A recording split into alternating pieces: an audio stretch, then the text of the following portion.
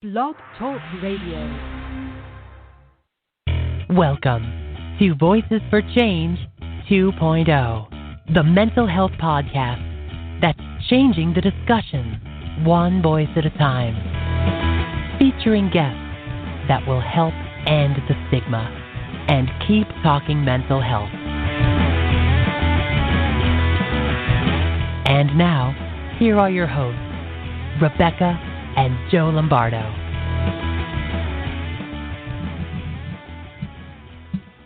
Hey, good morning, everybody, and welcome to Voices for Change 2.0. Yeah, good morning. Thanks for joining us on this is so exciting for me to say, the first Saturday of September for the year 2020.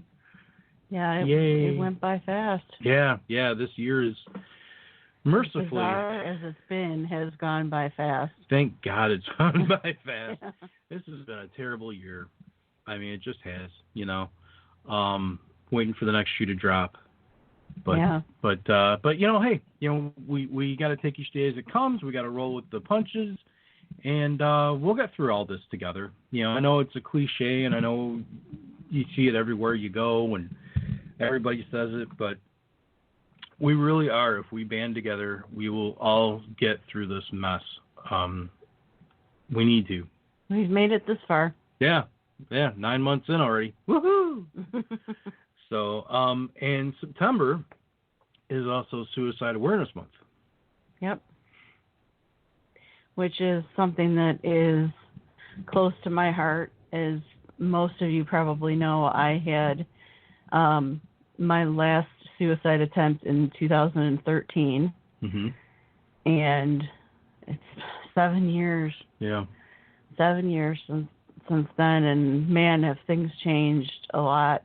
Yeah. Since those times, but I understand if you're feeling that way. I understand completely how you're feeling, and just remember that there are people that are in your life that are going to miss you. Yes. So, and there are people in your life that love you, whether they express it or not, whether they make it known or not. There are people that do care about you. Absolutely.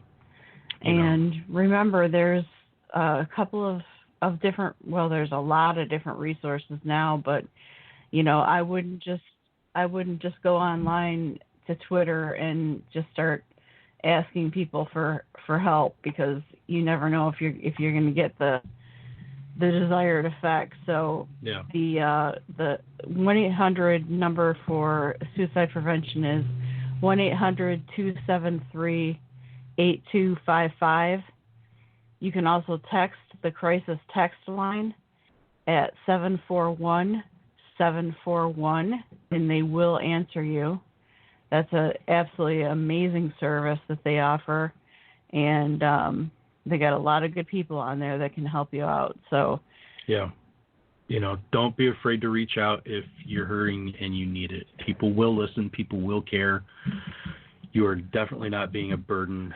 And one thing that always kind of rubs us the wrong way is when people get accused of being cowards for seeking that out. You're not. For those that don't understand the mindset, it's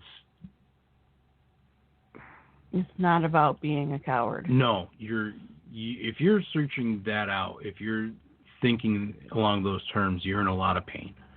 And that's one thing that we want anybody who hasn't been confronted with that type of thought, we want them to understand.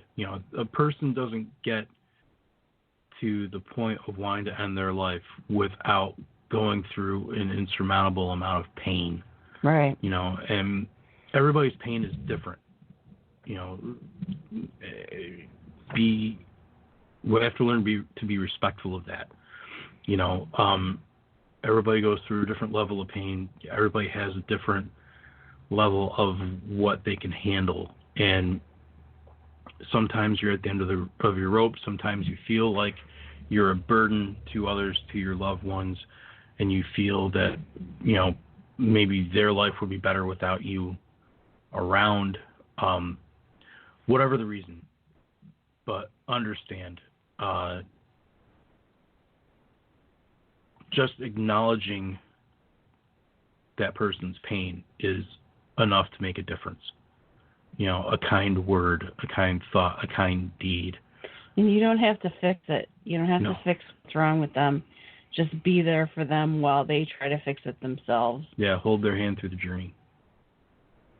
So that's the thing. And if you are hurting that bad, please, by all means, reach out. Reach out to the crisis text line. Reach out to the suicide prevention hotline. A friend, a loved one, somebody that you trust. Don't carry that burden alone. Okay? Absolutely. Yeah. So, set our piece on that. Yeah. Yeah. We'll probably talk about it more during the month, but, it's a good way to at least start off September. So. And the other exciting thing that is happening this month is football's coming back. Woo! Very excited about that. Starts the 13th. Monday Night Football starts the 14th, but I just discovered yesterday that football in itself starts on the 13th. So yep. I'm pretty excited, except for the fact that that's the same night one of my cooking shows start. I religiously watch the Halloween and Christmas baking shows. She does. And she really does. I know some of the people that were on them. I talked to them on Twitter. They're all great people. Yeah. And entertaining. Very entertaining and impressive with their talents. Absolutely. Stuff that they can make is unbelievable. So yep. That's how I attempt to get into the spirit for the holidays as I watch those shows. It doesn't always work, but at least it keeps me semi-entertained for, however long. For the next couple of months. Yeah. But it is, and that's one thing also going into this season of autumn, of fall, is that it can be a hard time of year for people. I know Beck struggles with it, with the thought of, knowing that after Halloween you got Thanksgiving, you got Christmas, and there's different things that pop through your mind, loved ones that are gone and whatnot. And, this can be a hard time of year too. And I think it's kind of appropriate that Suicide Prevention Month is September. It's like a staging ground for what's to come. Just to help mentally prepare yourself for it. So I'm excited. It's my favorite time of year. I am all about everything pumpkin and apples and changing leaves and cooler air and football and you name it. So I am now doing my happy dance. I am not a pumpkin spice person. I'll drink some apple cider, but I'm not, addicted to it in any way. But yeah, I'm not a pumpkin spice person. I don't like pumpkin on anything and any level. I should tell you, there's pumpkin spice Special K cereal in our kitchen right now. I saw it. Yeah. So anyway, anyway, I saw you sneak that in. I did. I really did. So, all right. So that being said, we have a guest to introduce. We do have a guest to introduce. Yeah. He is a gentleman that I over a year ago now. It's hard to keep up. It's been a little while, and we've been trying to get him on the show, and we are just glad to have him today. He's an advocate for mental health, and he's an author, and we'd really like for you to meet Mr. Joe Potosi.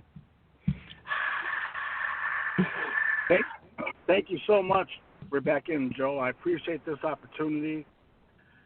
And I appreciate the fact that with this being Suicide Prevention Month, that you guys bring attention to it. And not only that, but you provide resources for people that need to reach out for help, how to do just that thing. Mhm. Thanks. Thank you. Yeah, it's. I know it's been a long time coming getting you on the show. We're happy that we have you here, and we're happy you're able to take some time to talk with us. And do you have any questions for us before we get going on things? Yeah, I kind of do. It might be a loaded question, but what brought you, Rebecca and Joe, to doing this podcast? Obviously, you want to help people, but was the process difficult to get it off the ground and get it going? Was it something that, was like a pipe dream for a long time and you finally pulled the trigger and did it? And have you found a lot of support from other podcasters that kind of like a brotherhood or a family that kind of embrace your message and your calling to kind of help you to get established?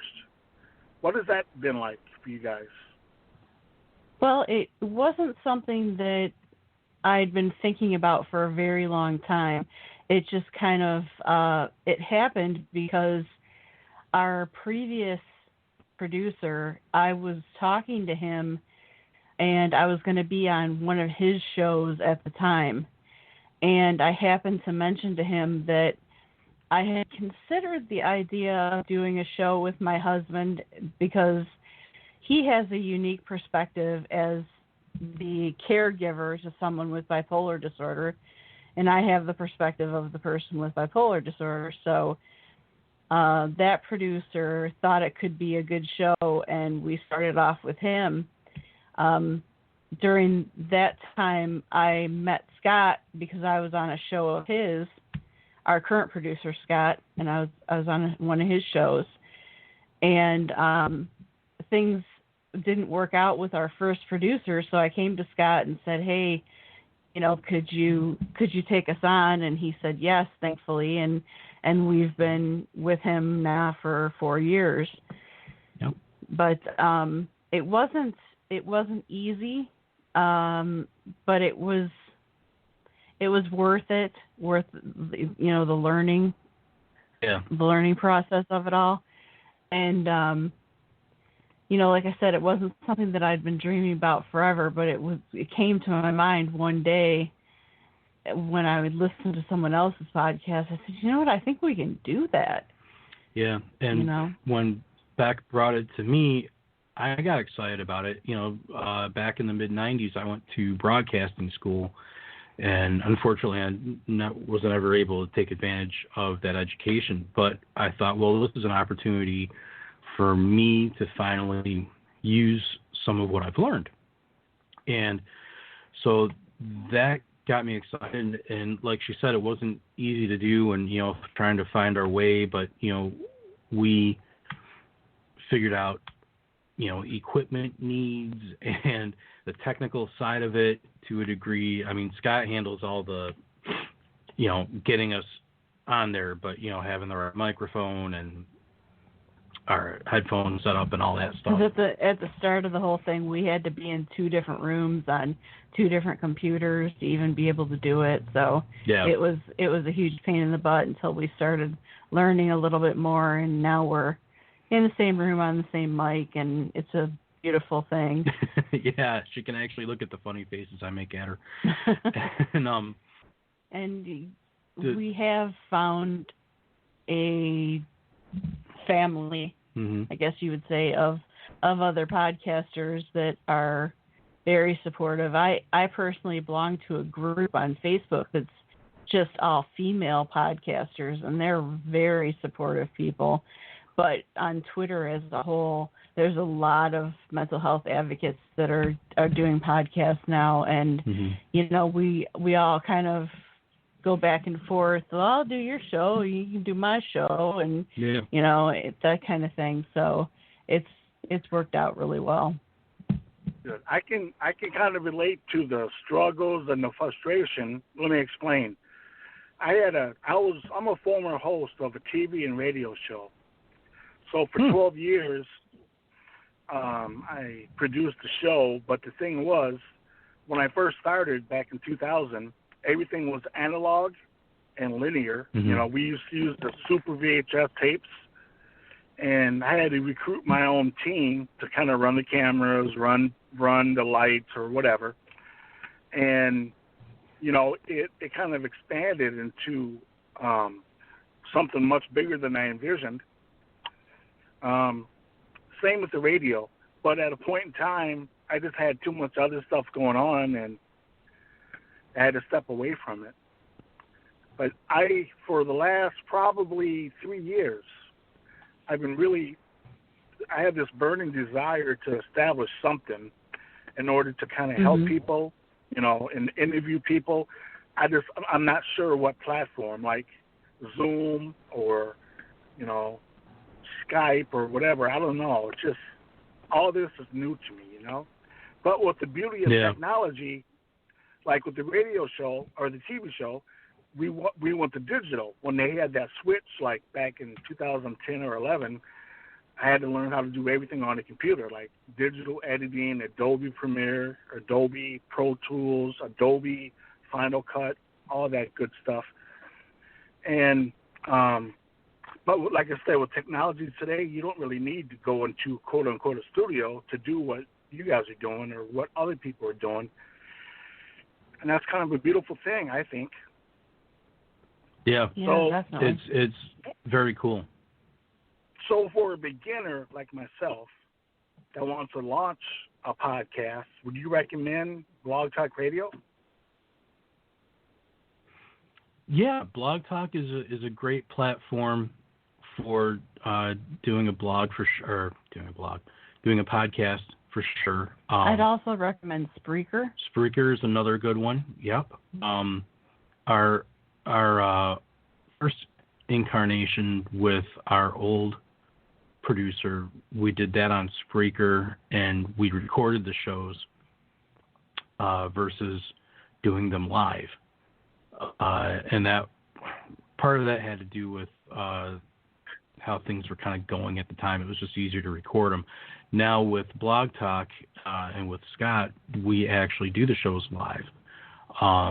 So, yeah, you know, I can tell you it's 11:17 a.m. Eastern Time on Saturday, September 5th, and we're live. Yeah. And with Spreaker, they're really good about there's options for each episode. You can click, go through the list and click off who else you want to be broadcasted on. So they're doing like iTunes for me and, you know, all kinds of other stuff. Every time I upload one of our shows to that, it goes to I want to say 7 or 8 different platforms from Spreaker, so that helps out a lot. Yep. Nice. Okay, well, thank you for that information. Not too bad. Yeah, no problem. No, anytime. So, with that said, we're going to grill you. No, I'm teasing you. We do have some questions for you, and the first one we've got is a standard one that we ask everybody first, and that is, where did your mental health journey begin? That's a good question. I'd have to say as a child, due to the circumstances I was living under, the PTSD, CPTSD, anxiety, depression, that was, obviously I didn't know that's what it was, but that's where it originated from, being beaten physically, locked in the basement, berated daily. As I grew up, I developed certain patterns and certain mindsets, such as, maybe my mom is right, I am a piece of garbage, I'm worthless, I'm nothing. And when I, turned 18 and joined the military, went into real life, I didn't have real good coping skills to deal with life on life's terms, and I fell flat on my face, right, as a result. But eventually, what happened was when I got married and discovered that, well, I got married in '96. In 1997, I became a born-again believer in Jesus Christ. But from 1985 till '97, I turned to alcohol, because by turning to alcohol, it took away the pain, if that makes sense.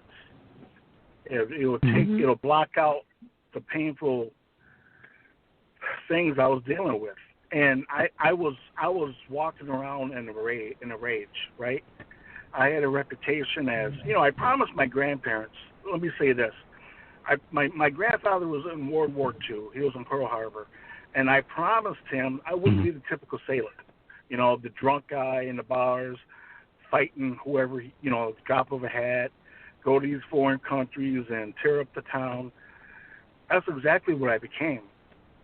And at the time, I didn't realize this, but that's how I dealt with my mental, the issues going on in my mind, and my, the things I was struggling with. And when I moved to Dubuque, Iowa, where I presently reside, met my present wife, we both drank like 3 to 4 nights a week. I played league darts, so I guess that was an excuse. But it was in '97 that all that changed in terms of the drinking, and I put myself in treatment, and I started really looking at internally what was going on with me, right? And I started peeling away the layers like an onion almost. And I went to counseling. It wasn't traditional counseling in the sense of you going to see a counselor, quote unquote. In my case, I went to my pastor, and we met every week, and I just kind of I just poured out my heart and just got stuff off my chest, and just did a lot of inventory of where I was and where I'm at now. And what happened was in 1998, I discovered I was going to be a father, and by this point, I've forgiven my birth father, my real father. I've forgiven him for abandoning the family when I was 3. I've forgiven him. I have let it go, and it released me in a sense. And I loved my mother, and I guess by default, because I loved her, I forgave her. But I discovered when I got into the real world, I truly didn't forgive her because I was so resentful and angry at her and my stepfather, right? But it was at this point in time when I knew I was going to be a dad, I started having dreams and nightmares about what I went through as a child. It was really bizarre and really strange. And not in an audible voice, but God kept telling me, I have forgiven you. Who are you not to forgive? Right? And then one particular day I was laying on the bed, and I made a conscious decision to forgive my mother and my stepfather, to release them. They didn't come to me and ask for forgiveness. And I was carrying around all this emotional baggage for years, and it was destroying me on the inside. It was affecting my relationships, and as I mentioned before, it manifests itself through my poor choices. When I was in the Navy and right afterwards, with relationships and financially, I bought a house, I bought a car, had a good job, but I lost it all. I lost it all over drinking. But really, drinking wasn't the cause. It was my thinking and my mindset and my mental condition, if that makes any sense. Yes. And so, absolutely, Yeah. And so that's basically it. I hope that answers the question. But absolutely. Very much. You guys mentioned something at the very beginning. I want to share with you real quick about 2020. How hard it's been. Mm-hmm. It's been extremely hard for me, just like everybody else. I remember when everything first started happening, I'd get home from work and I'd watch the news every day. Every day I watched the news, right? And then I decided I got to stop doing this because it was affecting me, right? You don't know who to believe. You don't know what's the truth of what's being said. You're hearing contradictions. It was mentally. It was just I was becoming overwhelmed, and I can't speak for anyone else, but I knew it was becoming unhealthy. Because let's face it, guys, mainstream media, they don't report the news. They interpret the news based on their agenda, so you believe what they're telling you. You know, they have an agenda behind it all.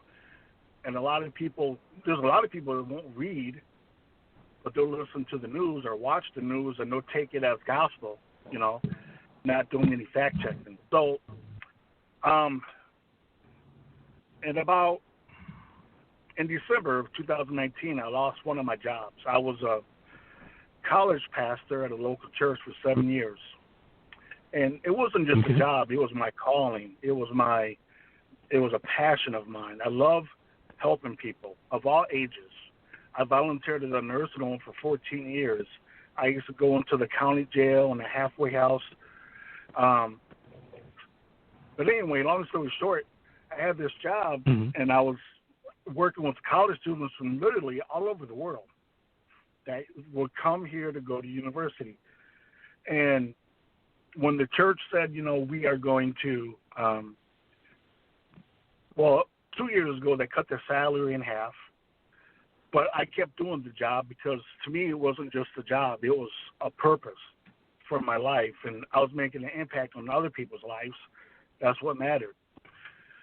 So they cut my salary in half, and then last summer they said, you know, we can no longer keep you on staff. So in December, that'll be the end of it. And I really, really, really struggled with that. You know, I put on a good face, and they said I took that decision with grace and with humility. But as that time drew nearer, and when December finally rolled around, I became so bitter, so disappointed, because everyone in the church, like the lay people, knew the impact I had made, only through God's grace and power, of course. And when the third week of December came up and I was gone, I really, really, really struggled with that. And during this whole time, I was having back problems. And I've been having lower back problems for a lot of years. I just kept putting off surgery. I was getting injections on my low back. I discovered by lifting weights and doing cardio, I was able to keep the immobility at bay. I was able to still function as a normal person. I was able to keep the pain threshold way down because I was, you know, strengthening my core, strengthening my body, etc. But eventually, had that surgery. So July 8th, I had major surgery on my low back. And along with that, so we're, you know, coronavirus, you know, thank God I was still able to work.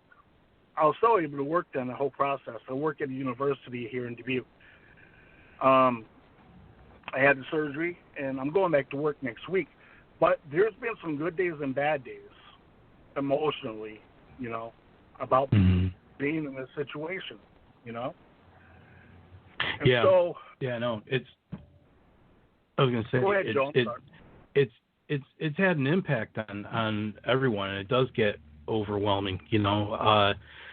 When the whole COVID thing first hit last February, March, I was designated as essential in my job, so I wasn't ever off work. I've been working this entire time, and there would be days where it would just be emotionally overwhelming. It was bizarre, you know. And I know for Beck, you know, it was, and still continues to be, an overwhelming thing too. She has left the house, if you don't mind me telling this, babe, she's left the house literally once since February, and that was for a doctor's appointment. it's just she hasn't wanted to leave the house in any way because of it. Plus, I also suffer from agoraphobia, so yeah, that's a big part of it as well. Yes. But, and I've been freaked out about bringing it home because I'm in multiple businesses on a daily basis for what I do. I work for a uniform company, and I'm always going from business to business, picking up dirty uniforms, delivering the clean ones and whatnot. And seeing the emotional impact that this has had not only on our lives, but the lives of everybody that I've encountered as it's gone on, has just been, it gives you a chance to kind of reevaluate the important things in life, and it sucks because, like, there are times, like, I would love to see my mom, but I stay away and just call her because I don't want to bring this to her doorstep. She's going to be 79 this year, and she doesn't need me getting her sick or anything. Bad enough. Vice versa. Yeah, and bad enough I have to worry about bringing it home to my family. So I completely understand how this can have an overwhelming feeling for you as well.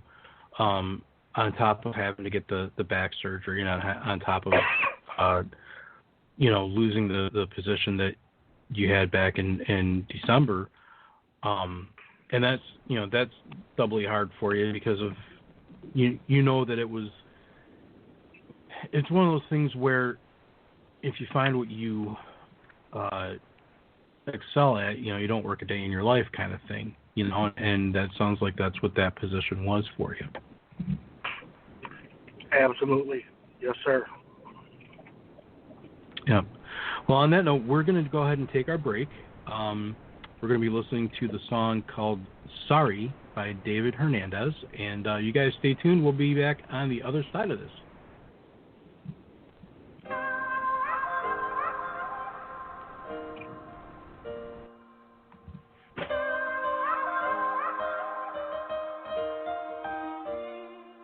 I want to write you this letter. I'm trying hard to get better,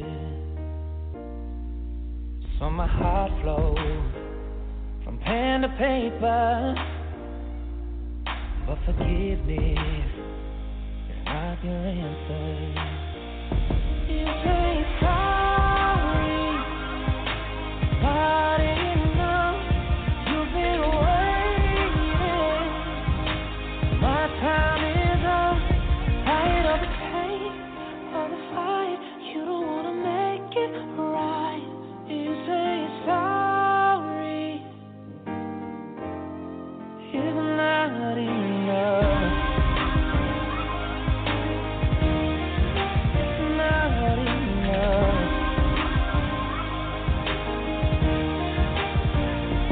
I left you hanging without a goodbye.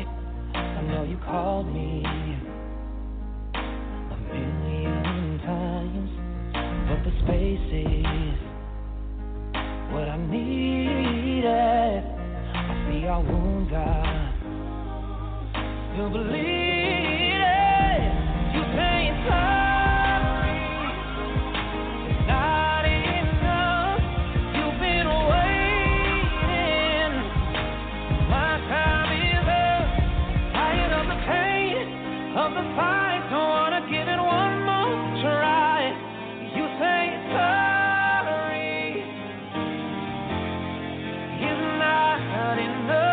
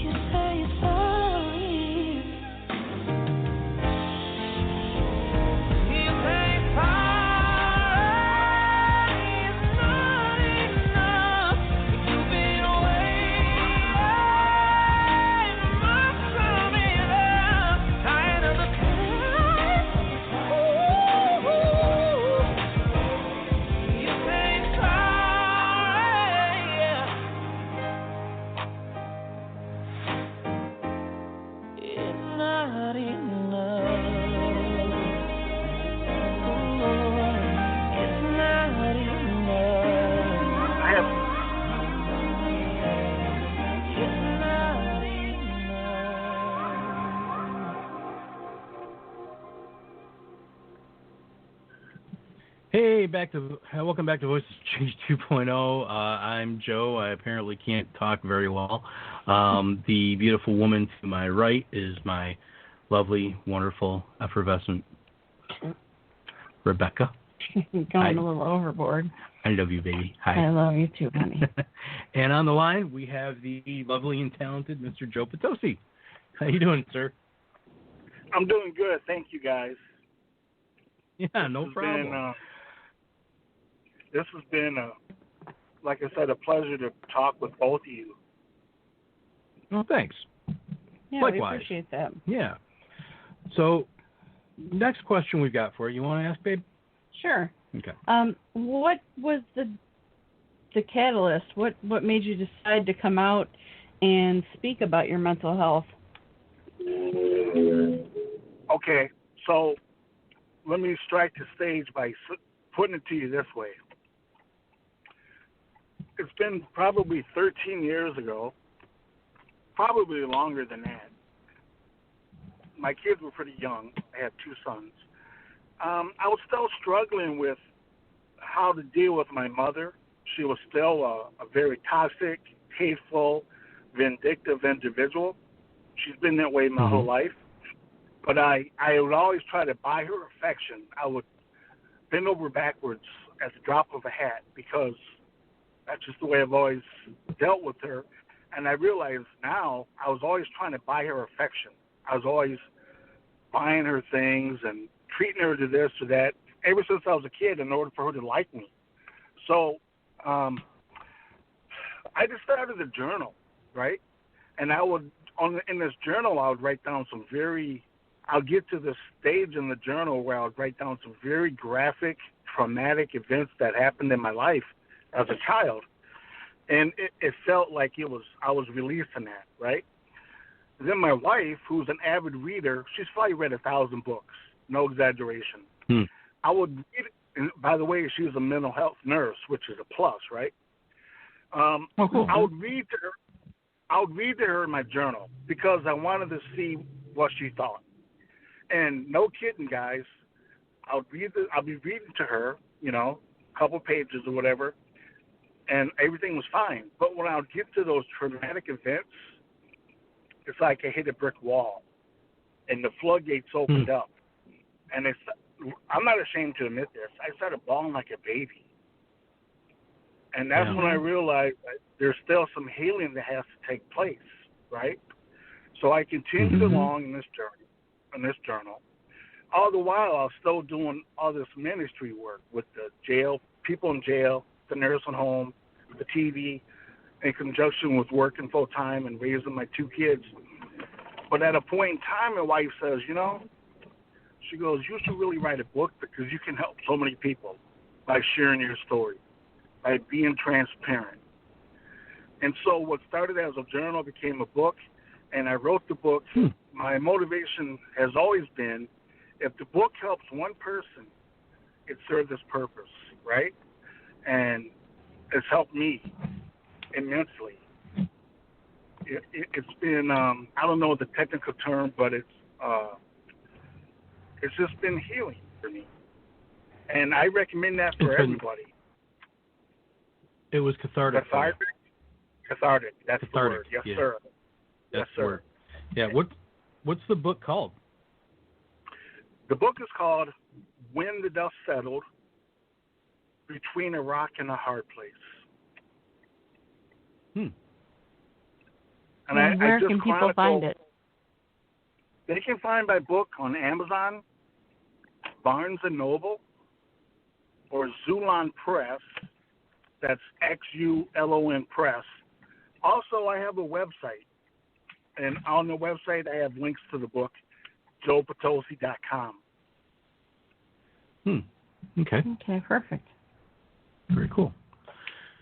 So the book it's would you say it's more of a memoir kind of thing, or how would you describe it?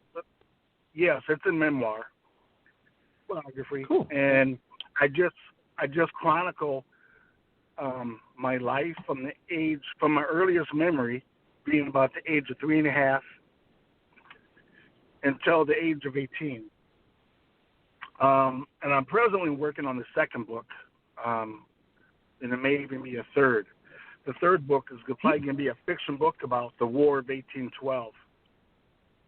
Oh, okay. So interesting. Yeah, I'm intrigued by the whole story, and it's kind of building in my mind this story I'm going to create, and it's going to be good.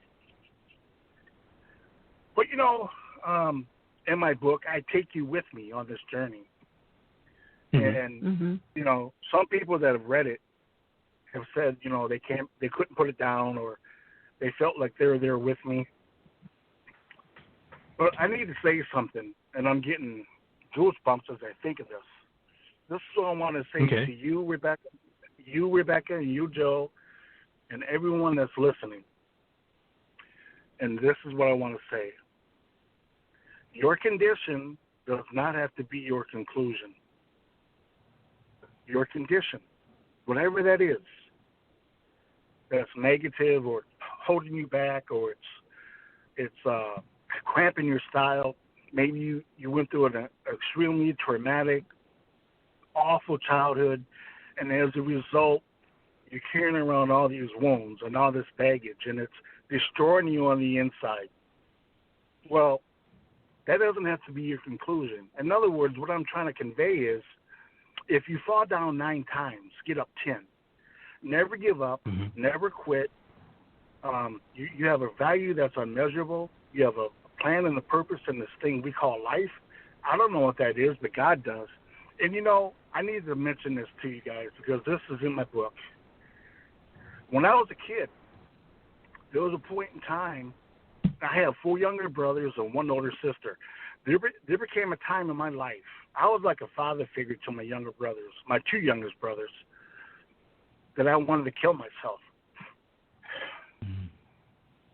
Because I got tired of my stepfather pulling a gun on me and pulling the trigger. I got tired of him locking me in the basement. I got tired of him being so evil toward me. So I went looking for his gun one day, and I couldn't find that gun. But that's when the light came on, and again, I believe it was God conveying a message, and He said, "You need to be there for your sisters and your brothers." And my life got a whole lot worse even after that episode, but I was determined that they would not kill my spirit, my mom and my stepdad. No matter what they did to me, they would not destroy me. Every day I woke up motivated to be there for my brothers and my sister, to do what I had to do, to grin and bear it. And you know what? When I talk about your condition, doesn't have to be your conclusion. All 3 of my parents, alcoholics. My mom and stepdad were into smoking weed and other drugs, and they had bad childhoods as well, all 3 of them. But that did not give them the right to do what they did to me and my siblings. But this is the thing I want to bring across. Your condition doesn't have to be your conclusion. Guess what? I have 2 sons today, 19 and 21, and I've broken that cycle. They don't know what it's like to be homeless or to be locked in the basement or to be, physically attacked all the time, verbally abused every single day. They don't know that. That cycle's been broken. It's done. My kids know that they're loved and they love, and it's a beautiful, beautiful thing. Yeah, that's awesome. That is awesome. Well done. Yeah, good on you there for breaking the cycle. And it's hard, I feel for you, Tell us about the challenges of having PTSD and CPTSD all at once. How has that been? Good question. Early on in my recovery, when I got real with myself, I didn't realize the triggers that were there the whole time, right? And I had to educate myself, and over time I've learned there's certain things I can and cannot do any longer because it triggers me. For an example, my mother, She lives in the same city as I do, but I basically had to just, as awful as this may sound, I know, Joe, you mentioned your mom, and you love your mother, obviously. I had to sever ties with her because she's such a toxic person. When, as recently as a year ago, I would still try to help her. She don't drive. I'll take her near Chicago to see my other family members. I would take her to church. I would take her to meetings, et cetera, et cetera. And it was never good enough. And she would belittle me or berate me to people behind my back. And it got back to me, and it just really, it affected me. It's like, it affected me emotionally, and I was carrying this to work and my family life. I was just really irritated and short toward the people that I love. But through programs such as yours, I've learned coping tools that help me to get through every day, one day at a time, and to realize that by separating myself from those toxic people, although it's not ideal in my situation, it's necessary for me to be the best person I can be, if that makes sense. Oh, absolutely. We understand all too well the idea of cutting out toxic people from your life, even if they're family. We've had to do it ourselves, and it's not the easiest thing to do, and it can be quite painful, but sometimes it's necessary. Your life Absolutely. is your life. It doesn't belong to anybody else. And so for anybody to try and hold dominion over you, be it a parent or a sibling or an aunt or uncle or grandparent or whoever, recognizing your own worth and saying, hey, you know what, this isn't good for me, this treatment, and I don't like how you're treating me. And if that can't be respected and the behavior doesn't change, then you have every right in the world to remove that person from your life. You can love them, you can forgive them. But they don't have to be a factor in your life all the time. Exactly. Absolutely. It's like that. It's like that line. This is going to be cheesy. Out of the end of Batman Begins, when Batman is fighting Ra's al Ghul, he says to him, "I'm not going to kill you, but I don't have to save you." And that always kind of resonated with me. Is I love you, but I don't need you in my life, and you're causing me pain. And if you won't respect my feelings and wishes, then there's the door. Don't let it hit you where the good Lord split you. Mm-hmm. That's awesome. And this is what this pastor told me years ago. I was struggling at that time with some guys at work. Very toxic work environment. I mean, the guys were real. It was just a real hostile work environment. And we were all teamsters. Yeah. We're all in this unit together. But I had the TV show, at this time, and people would see it, and they would come to work, and they would, it was like fuel for gossip, the gossip hour during breaks or whatever.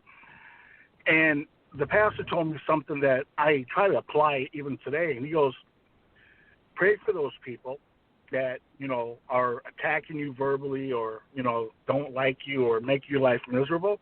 He goes, but more the chances are those people are not going to change, but you will change your perspective and your attitude, and you will change and you will learn and grow.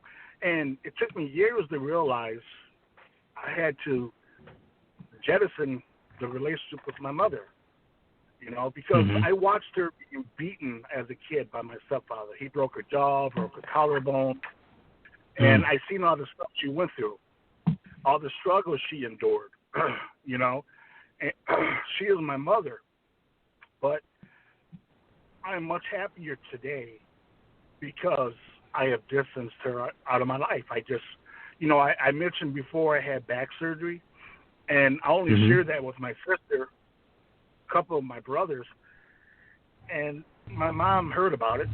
she didn't call or anything, which I wasn't expecting her to. But it just reminded me. It just reminded me of just where I stand in her eyes, you know. And I'm okay with that today, you know. I don't hate her. I don't hate my stepfather. And that's good. Go ahead. I'm sorry.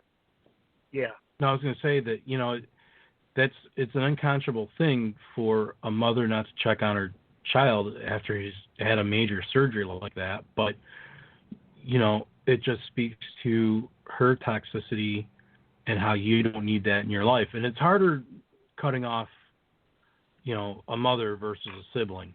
You know, believe me, I get that, you know. But still, you know, there are parents that are like that are just toxic, you know, and it's hard, you know. I feel for you because I know how difficult that must have been, severing those ties. But I think you're in a better place for it, you know. Absolutely. Yes, sir. You know, and we're getting down. No, go ahead, Joe. I was going to mention real quickly. You know, I never wanted to have kids, but I'm going to tell you something. It's the hardest thing I've ever done, being a father, and it's the most rewarding. And I can tell you today that by having my sons, that has boosted my self-esteem and my self-worth, and it's done so much for me as a person, you know, and they're my life, you know.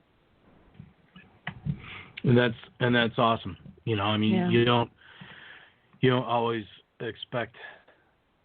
You can have an idea of how a situation is going to be, but until you're actually in it, you know, that's the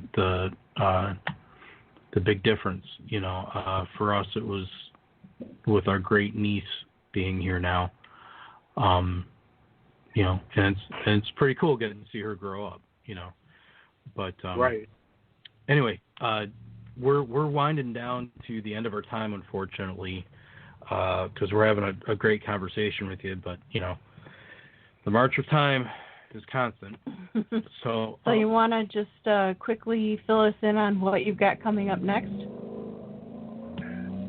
Sure. I have, due to COVID, a lot of the speaking engagements have been postponed, but they're starting to pick up again. I'm going to be speaking in a church in Platteville, Wisconsin, in about 3 weeks.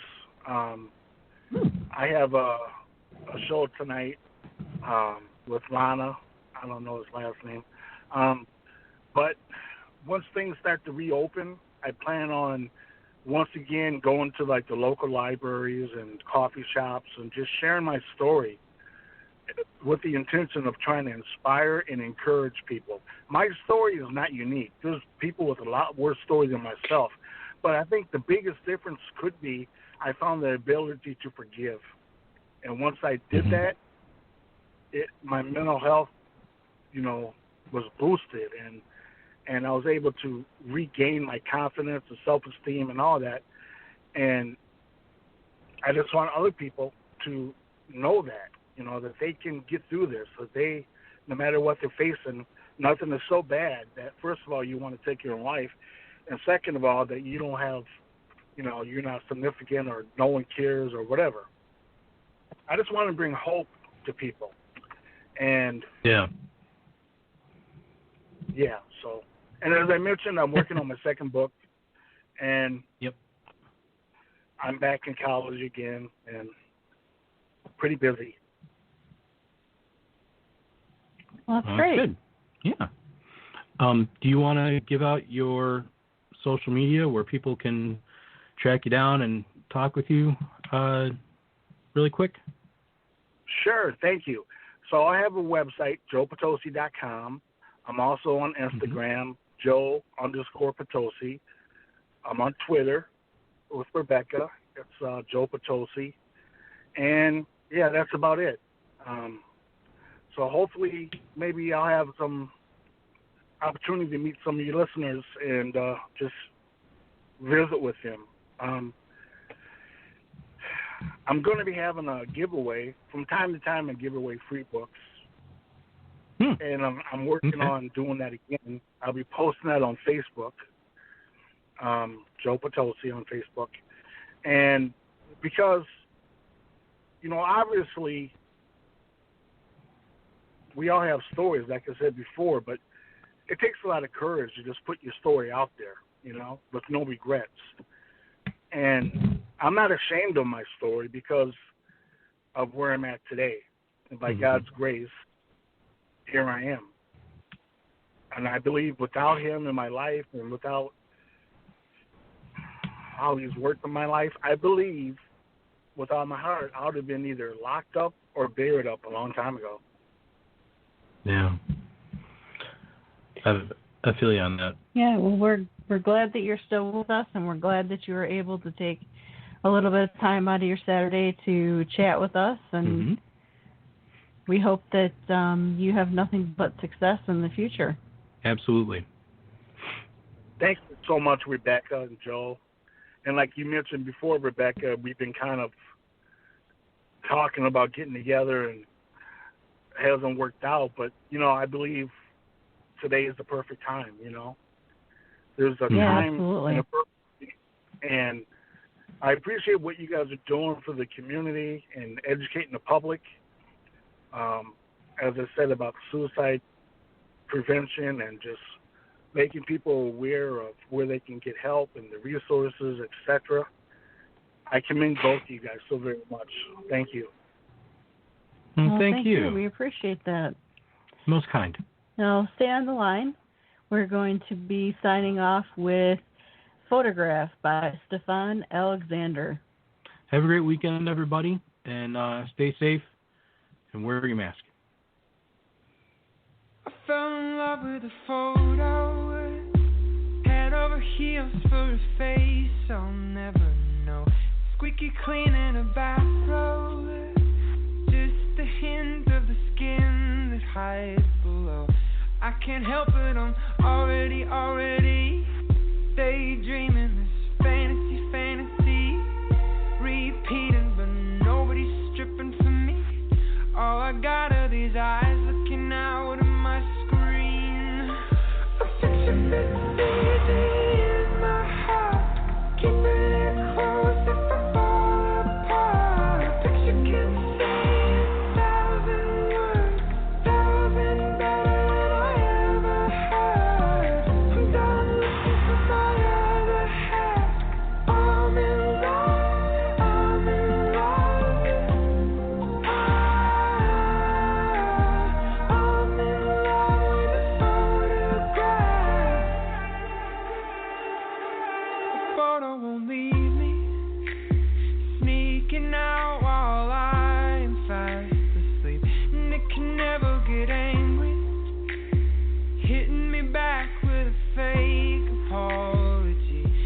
Can't help it, I'm already daydreaming this fantasy, repeating, but nobody's falling for me, and I can't help but sigh every time that I breathe. A picture that's easy in my heart, keeping it close if I fall apart. A picture can say 1,000 words, 1,000 better.